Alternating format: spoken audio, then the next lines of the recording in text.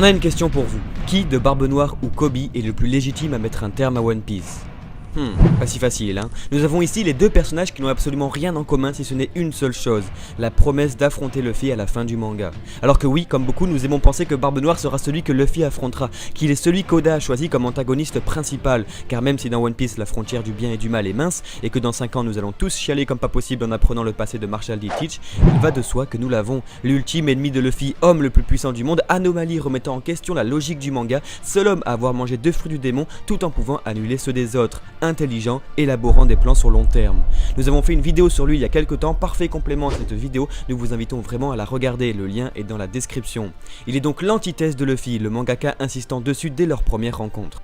Nous sommes au chapitre 223 et les deux personnages se rencontrent pour la première fois assis dans un bar à Mocktown. Et de leur premier coup de crayon, ils agissent exactement pareil et pourtant à l'inverse de l'autre. Ingurgitant au même moment, appelant l'aubergiste au même moment, l'un en se moquant de son visage, l'autre de son ventre, un détestant la tarte à la cerise, l'autre la trouvant délicieuse, pareil pour la boisson, et Shiroda voulant nous montrer via un parallélisme de dessin sur plus de 3 pages que les deux personnages sont fermement opposés. T'as pas de goût ou quoi? T'as pas de cervelle ou quoi? Leur première rencontre se terminant sur un combat d'orgueil pour savoir qui des deux pourra manger et boire le plus. Ça y est, la course avait déjà commencé. Aucune raison de se battre et pourtant, les voilà déjà liés par une concurrence fantôme. Et ce n'est que le début, le mangaka va sur plusieurs centaines de chapitres nous tisser la matière qui sera la complexité des personnages. Pour un, la fin justifie les moyens, pour l'autre, la liberté avant tout. Pourtant, les deux veulent la même chose, devenir roi des pirates et obtenir le One Piece. Barbe Noire faisant clairement partie des personnages les plus intelligents du manga, il élabore son plan pour devenir Shichibukai puis Yonko, un chemin certes plus rapide mais sans respect, grimpant les échelons en marchant sur des cadavres, contrairement à Luffy qui prend lui le temps d'aider son prochain.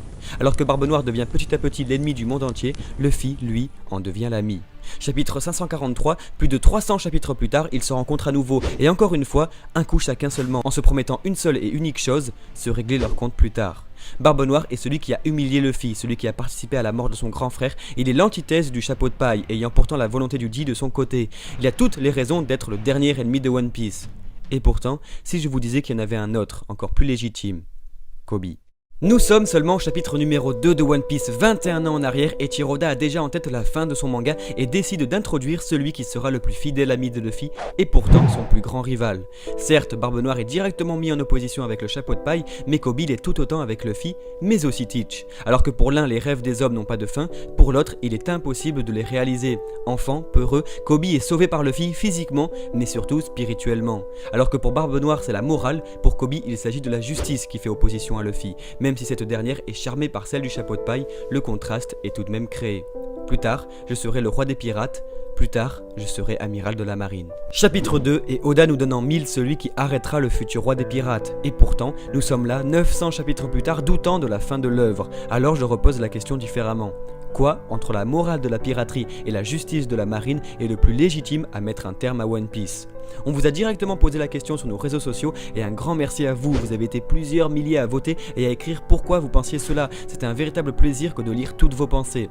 Les résultats sont flagrants sur Twitter et ils le sont beaucoup moins sur Facebook, mais le fait est que Barbe Noire l'emporte et on vous comprend parfaitement. Cependant, voilà notre vision. Barbe Noire est destinée à être l'antagoniste principal de l'œuvre, l'aboutissement de dizaines d'années de travail pour créer cette diégèse propre à One Piece. L'ennemi qui possède tous les pouvoirs, l'ennemi shonen par excellence. Voilà pourquoi il est celui qui mettra un terme à la fin de la course pour être roi des pirates. Mais pas au manga. Le véritable ennemi serait donc Kobe, un personnage qui pourra remplir la promesse du mangaka, celle de terminer les choses là où tout a commencé, entre les deux amis qui se sont jurés de s'affronter.